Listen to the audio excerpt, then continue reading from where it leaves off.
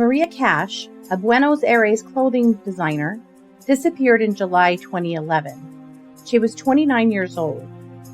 She had taken a bus from Buenos Aires to San Salvador, Argentina.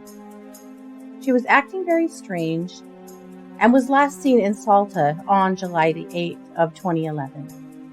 There have been many leads over the years. Her family looked tirelessly, even to the point that her father was killed in a horrific car accident while chasing down one of those leads. The Ministry of Justice has offered a reward of 700,000 pesos to anyone who could provide data, with no success at all. This case remains unsolved.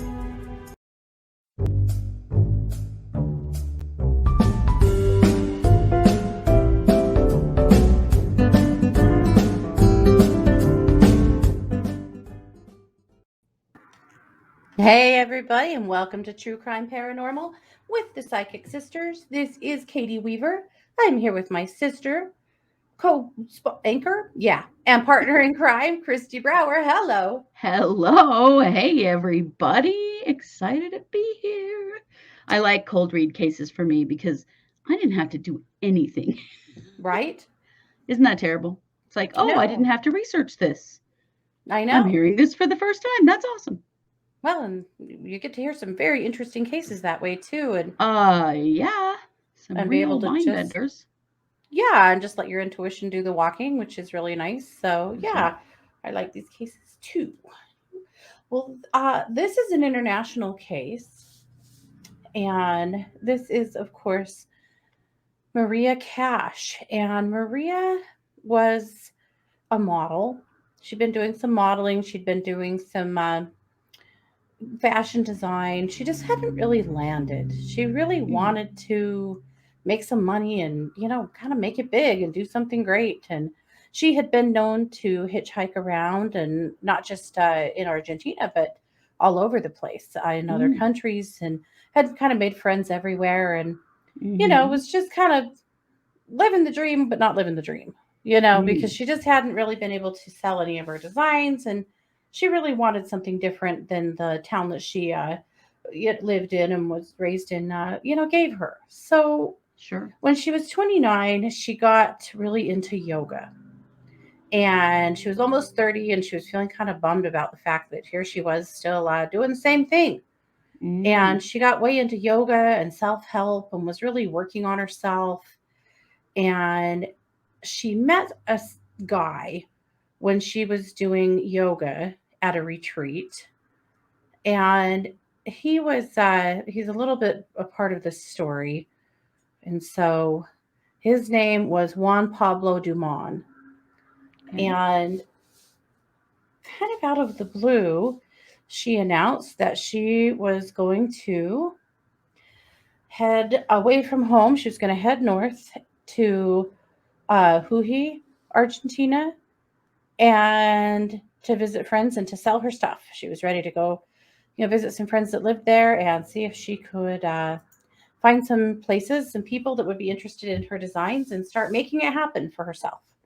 Okay. So that was the plan initially. So she leaves home, and she was in Buenos Aires. And so again, she was headed to Jujuy from Argentina, or sorry, it was about 929 miles away. So it was a Okay. long drive. And she was on a bus beginning. Oof, that is a long ride. Hmm. So she started on a bus, and she wasn't happy on the bus. She was uncomfortable. At some point, she had texted her family and said that she did not want to be on this bus because she was uncomfortable with the people that were on it. Mm. So she got off the bus in a place called Rosario de la Frontera, Okay. which is a place that is really full of crime and well known to be a major drug trafficking hotspot. Okay. And but she kept going. There's a lot of holes in her story because we don't know exactly how she sometimes got from point A to point B. Okay. But on July 6th, she made it to Santiago de El Estero, uh, and she saw her friend Juan Pablo Dumont, and so sorry, some of this is translated from Spanish to English, and sometimes it's a little challenging. She did not see her friend then. She called him and Oh, let him okay. know that she was coming to Puhi, where he lives. Mm-hmm. And this was a complete surprise to him. He had no idea she was coming. She just called him and said, I'm coming to stay with you. I'm coming to see you. Oh, okay. So he was a little surprised. She told him that she had no money and asked him to help her get a ticket to get there. So he and his sister did oblige her, and they did get her a bus ticket. And so she got there, and her phone was dead. So she went to a mechanic shop and she asked them if she could charge her phone, which they let her do, but she still didn't really have service where she was. And so the mechanic let her use his phone. So she gets on his phone and she calls him, she calls Juan and asks him, well, he doesn't answer. She leaves him a message. So she calls his sister and says that she's in town, but she needs a cab to get to their house. And their house is about 9 miles from where she's at. Okay. So she never shows up. This was like 8:30 in the morning. Mm. And then nobody really knows what happens to her all day. They never hear from her again.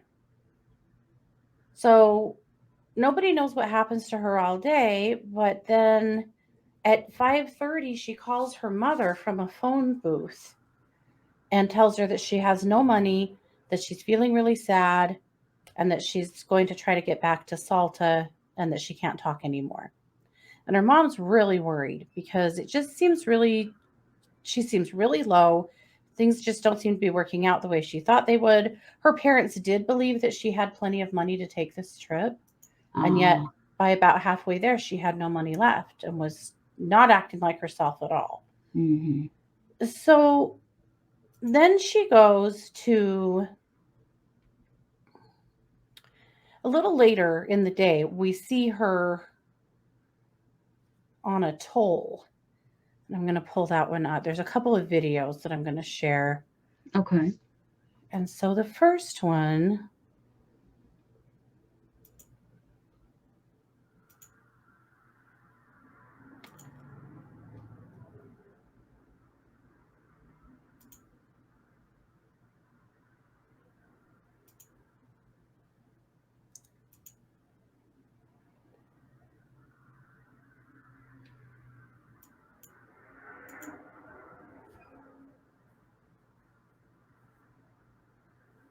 Okay. you can I kind of see. just see her wandering around. Yeah. And she wanders around there for quite a while without any real focus Mm-hmm. or, reason to be there. She's just kind of wandering, and then she wanders clear over to the terminal here, and she's just So is this what the terminal of what? Is it so the this bus terminal or is it's Salta Province's toll. I'm not really sure what that means, honestly. okay. Well, it looks like buses because there's buses coming Mm-hmm. in there. Yeah.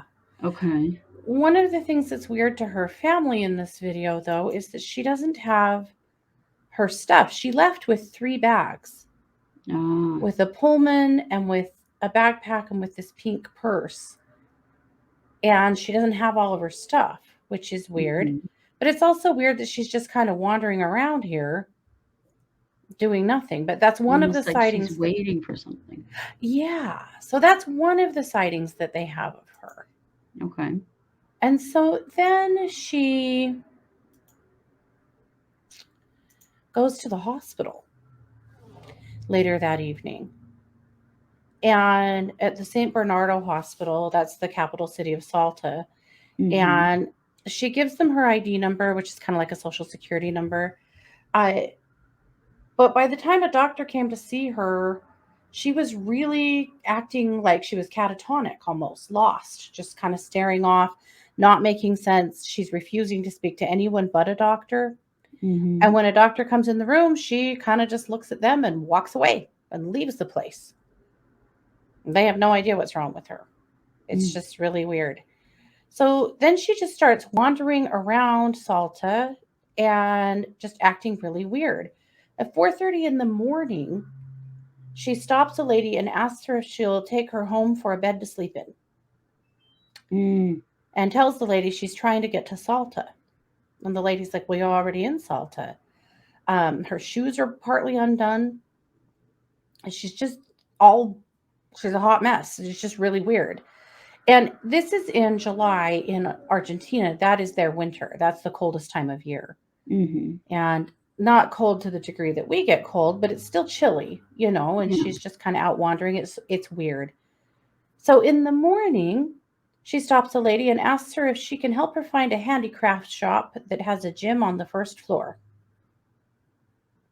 Again, not really making sense. Mhm. So later, she ends up back in the toll park and 13 kilometers south of the city of Salta by hitchhiking. She just keeps hitchhiking kind of from one place to the next. Mhm. So again, she's still wearing the same clothes. She has her beige boots, she has her pink bag, and this is where the toll workers uh, are really uncomfortable with what she's doing because she seems like she's going to get hurt. And I've got a little video of that as well. She has like no concern about getting hit by a car. Mm. So I'm going to show you a clip of that. And her family's just so, when all this information finally starts coming together, they're so blown away because this is really unlike her. This kind of behavior is nothing like who she is. Yeah. But suddenly, here we go.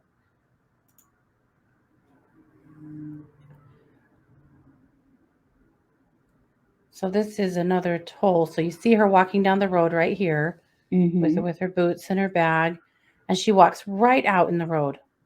And this is where some of the workers are that are, directing traffic. And she Mhm. talks to them for a minute.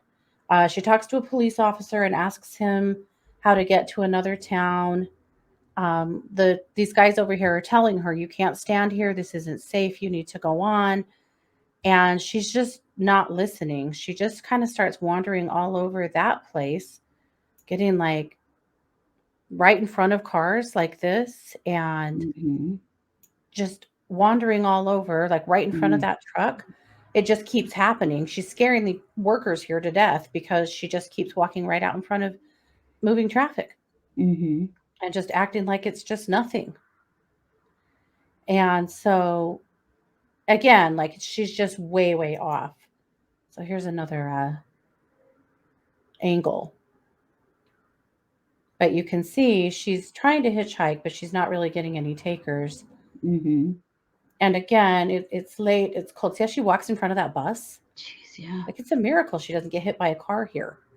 She just keeps like trying to force traffic to stop, Mhm. so that somebody will pick her up, I guess. But I wanted to get into one last clip of this. Yeah, right here where she literally like stops, walks in front of this car trying to Wow. force them to stop for her. They don't, but eventually somebody does. And it is a husband and wife, and they stop. His name was Juan Casan Cousin, wow, Casarano. He was a Mhm. Salteño producer and politician. And Oh, his okay. wife was watching this young girl wandering around in traffic, and it was Sure. scaring her. And so she made him let her in the car because they just had no idea what was going on with her. So she got in the car. She never spoke. She told him where she was going. That was it.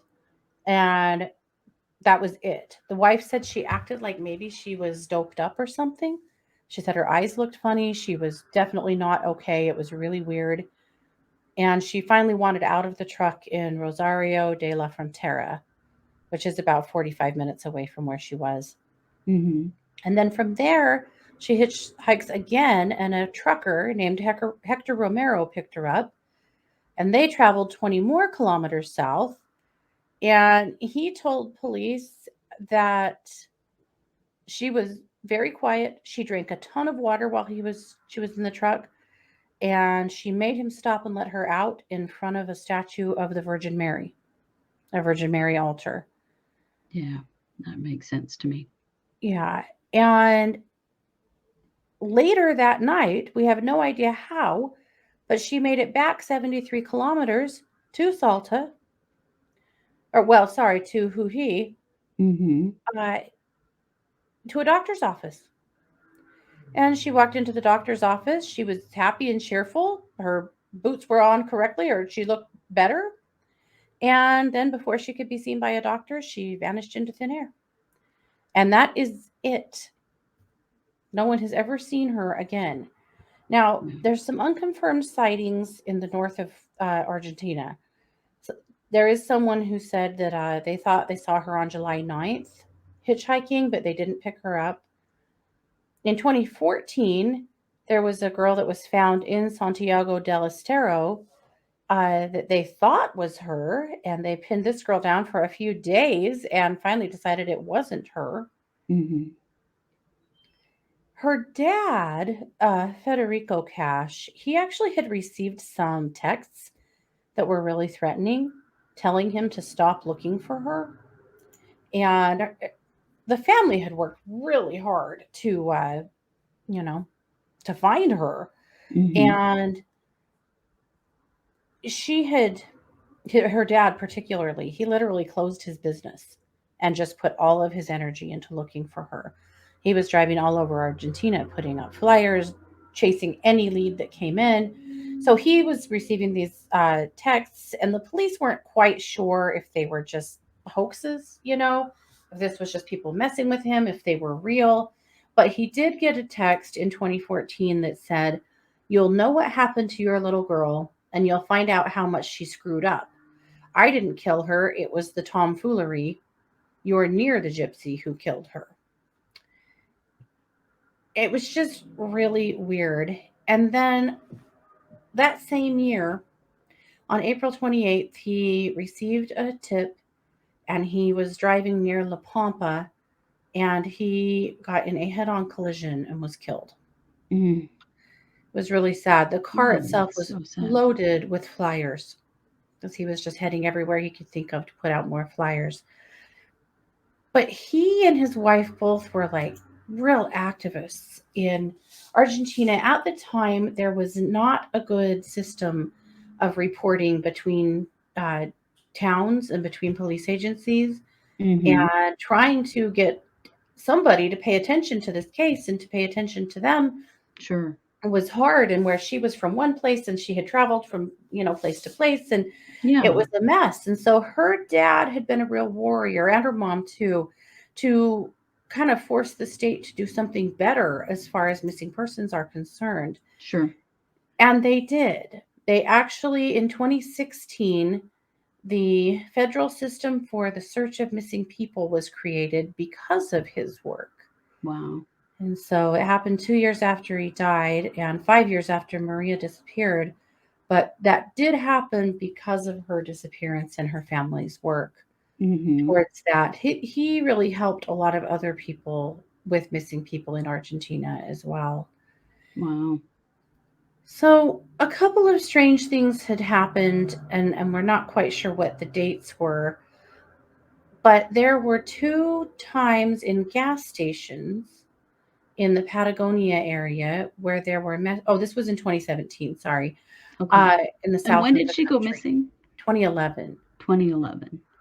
These were both in gas station bathrooms with black marker written on the wall that said, "Help me. I'm Maria Cash. They're driving me to Las Heras, Santa Cruz in a white car, a Renault Sandero with a license plate. Get help, please." And that was found in two different places. So what's interesting is the plate that she listed would have been for a car. The plates in Argentina are, you get a plate number or a designation based on the kind of car you have. Oh, okay. So the plate that she had listed couldn't have been on a Renault Sandero, because that plate was produced long before the Sandero even started being produced. As it turned out, the plate was from a Fiat that was stolen in Buenos Aires. Mm, So law enforcement have looked for a Sandero with a fake plate, but haven't ever really found anything. And again, they don't know if that was her or if it was just a spoof. But yeah. that's the whole story. I mean, as we know, her father has died. Her mother has continued to look for answers and do interviews. And, we just came upon in July the 10th anniversary of her disappearance, and they just have never had any answers at all. Mm, that's So so sad. we are going to take a quick break. And when we return, Christy, I'm going to ask you to cold read this case, see if Okay. you can fill in some of the gaps of Yeah, what was going on, what absolutely. happened from that 8:30 in the morning to 5:30 at night where she never showed up and then really went off her rocker. Let's take a look at it. So we'll Okay. take a break and come back for that. Okay.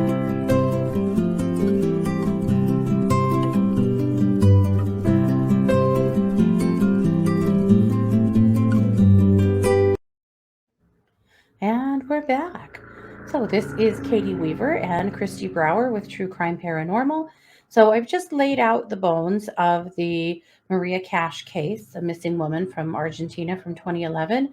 And, Christy, I'm going to ask you to lay it on us. What do you see happening here? Yeah. Okay. So my sense of Maria is that her mental health was pretty unstable long before this trip and her disappearance occurred. And it's part of why she never really settled into anything and she kind of moved around a lot. I feel like she did not have solid mental health. And about the time that she said she was going on this trip, she began to experience psychosis. I feel like she was having psychotic episodes, and that as a part of this trip, she had a full break. When she said she had to get off the bus because she didn't feel safe or didn't trust the people on the bus with her, she was feeling really paranoid. I feel like she was starting to hallucinate then. And I feel like she wandered around. She kind of would come to awareness periodically and realize what she was supposed to be doing, but she did a lot of wandering. And a lot of that's where her money went. She did have money for this trip. Mm-hmm, Um, but she was not nearly as prepared for it as she let on, and she didn't really know what was going to happen at all. mm-hmm, And by the time she got to Salta, is that mm-hmm. where? Yeah. Um, well, Hohi, where her friend lives. Yeah. Uh, Okay, yeah, who he. Huhi.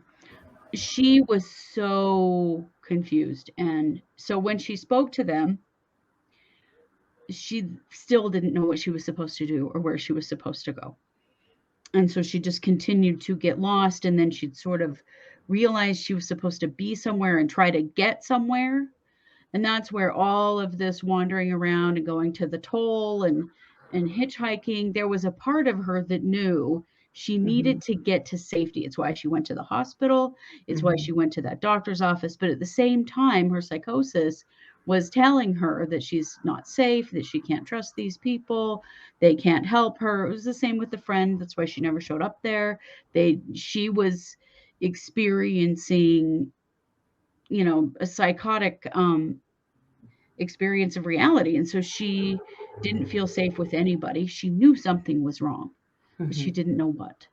mm-hmm, And I do feel like she just couldn't get enough of a grasp on anything to ask someone for help. I don't feel like she could verbalize what was wrong. She knew mm-hmm, something was wrong, and she would come to a little bit and realize something isn't right here, but it didn't last very long. And she was very, very paranoid. mm-hmm, And because of that, she really didn't dare ask for any help. She didn't have the faculties you would expect her to have when she had traveled in the past. She just mm-hmm, didn't. Her grasp of reality didn't exist that way anymore. And she just could not make a clear connection with somebody and say, there's something wrong with me. I need help. she didn't have that ability. Yeah. I feel like this was likely, I'm not diagnosing, this is just what I feel, that this was the onset of schizophrenia, Hmm. that's what she was experiencing. Yeah. 29. She's the right age for Yeah. a woman. Yeah. But what I feel from her is just this extreme confusion and fear and paranoia. Hmm. And she was, in her own way, trying to get people's attention, you Hmm. know? Well, like when She she was, called her mom. mhm. And a couple of details that I had left out are that she did on the 9th, she actually emailed her brother and asked him for the phone numbers of some relatives. Oh, wow. But then he never received another email from her. Hmm. And on the 8th, a road worker discovered that backpack along the side of the road. So all of her ID and everything was in that. Yeah. So she really, literally just had lost everything that, Couldn't keep it together. yeah. No, no. Yep. And at that point, her phone was never turned back on after the 7th. It was, she just, yeah, everything just scattered to the wind. Yeah, it did. So where do you think she went? I do feel like she ended up in some kind of a place where unhoused people were. And that she ended up in a pretty scary element as far as other people around her, and that there were people who immediately recognized her vulnerability. I don't feel like she lived. What was the date the last time she was seen The on last time video? she was seen was the 8th. The The 8th. last time she was heard from was the 9th. Okay. So it was less than 24 hours after that. So by the 10th, she was dead. Hmm. Just taken advantage of, assaulted, and murdered by someone who recognized her as being very vulnerable in a really, just a really scary, ugly situation. Like, it wasn't anything to do with who she was. They didn't even know who she was. It No. was Yeah. a very ill individual that came across another very ill individual. And I don't feel like she's like the text messages and the writing on the walls in the bathrooms. That's just people being assholes, Hmm. wanting to screw with her family, which is really sad. I don't understand why Hmm. anybody would want to do that, but she's been gone this whole time. Yeah. What do you think happened to her remains? I feel like her body was hidden somewhere for quite a long time, like in an abandoned building, and it just um I don't like saying this, but it kind of just got scattered eventually Hmm. by animals and stuff. But her body was hidden in an abandoned building. Hmm. But at Okay. this point, there's just bones and they're pretty spread out. Hmm. There was a skull that was found that they thought could be her years ago, but they never were actually able to tie it back to her. There have been a few different times when they have found remains that they thought maybe were hers, but they didn't quite match up. I don't think any of them have been her. That girl that they found that they thought was maybe her, not her. Yeah. I don't feel like they've actually found anything of her, which is terrible. It's a Hmm. terrible. I can't imagine for her family. Right. Well, and then to lose her dad in Yeah, such a horrible way, and he's out his, looking for her. yeah. I mean, he dedicated the rest of his life to looking for her. Yeah. It's just it's a terrible reality of mental illness and the way that it can Hmm. hit somebody so quickly, Hmm. and had been hitting for a while. But my sense of her is that she was just kind of, people just thought of her as being kind of flaky. Uh-huh. She was just kind of flaky, kind of a free spirit. It wasn't Hmm. really recognized as, she actually had some problems with her mental health long before this happened. Hmm. But then when it hit really hard. And I She had mean, never been treated for any mental health issues, but yeah, she was obviously trying to treat herself. she was. Yeah. Mhm. Yeah, and I mean, still, when she said she was taking off to sell all her stuff, she had made no arrangements for that. She No, was not prepared for that in any way. I mean, her friend didn't even know she was coming. I don't no, feel like any other arrangements had been made either. no. This was a delusion. She just bought a ticket and went. Yeah. Yeah. But because it sort of fit in with the things she'd done in the past and the things she wanted to do, it Hmm. didn't, her family was like, well, she's done this kind of stuff before. I can totally see why they wouldn't have caught it. Sure. Well, and I she don't was think anybody would. 29. Yeah. It's not like she was 16. She No. was a grown adult woman and made a decision for her business. And yeah, Yeah. I know. And because she was alone, there yeah, was no one, traveling alone, there was no one there to be like, something's wrong. We're yeah, going to the hospital. It just, yeah, oh, it's really unfortunate. it is. Yeah. Okay. Well, thank you for that. That is a story that haunts Argentinians to this day. I'm And, sure. but, from that crisis, of course, a better agency was born in helping to investigate missing persons cases and has helped a lot of other families with their crises. And so, Yeah. I'm glad, at least in her name and her father's name, that there is that legacy to her. Her disappearance and passing, but much love to her family anyway. I can't imagine. Oh, absolutely. And it is, we see many times these kinds of cases that go unsolved for so long that it does bring about significant change in a way that will help Hmm. somebody else. Hmm. Because if, well, I don't know. Unfortunately, I don't really feel like it would have helped her specifically. Yeah, she was going to need some serious medical intervention, and Yeah, and I just don't feel like anybody was going to recognize that. mm, everyone that came across her agreed she was acting really weird and looked Mhm. weird, all disheveled, and she was And undone and things like that. But and nobody, there's definitely some training that can go on as far as public officials are concerned about sure, identifying that when someone is behaving like that, something is wrong. And maybe they do yeah, need to be taken to a hospital and maybe they do need to be hmm, kept there while they're assessed. yeah, But that's a hard thing because you don't know. I mean, people have a hmm, tendency to go to, oh, well, they're on drugs. Well, hmm, even if they are, it doesn't mean they don't need help. hmm, I don't feel for that she sure. was. I don't feel that she was on any substances at all. No, Just had lost her connection with reality. yeah, for sure. All righty. Well, there you have it. That's Maria Cash. So this is Mm. our Tuesday case. So we will be back tomorrow, Wednesday, for our group case for the week. And then tomorrow night we'll be back for case updates. So, Yeah. and then of course Thursday night we'll be here for the psychic hour and a couple of pop-ups this weekend. So stay Definitely. with us. There's a lot more to come. As always, like, subscribe, share, comment. Love to hear from you. You Yeah. guys, thanks so much for being here. This has been yet another installment of True Crime Paranormal with the Psychic Sisters. Take care. Bye, guys.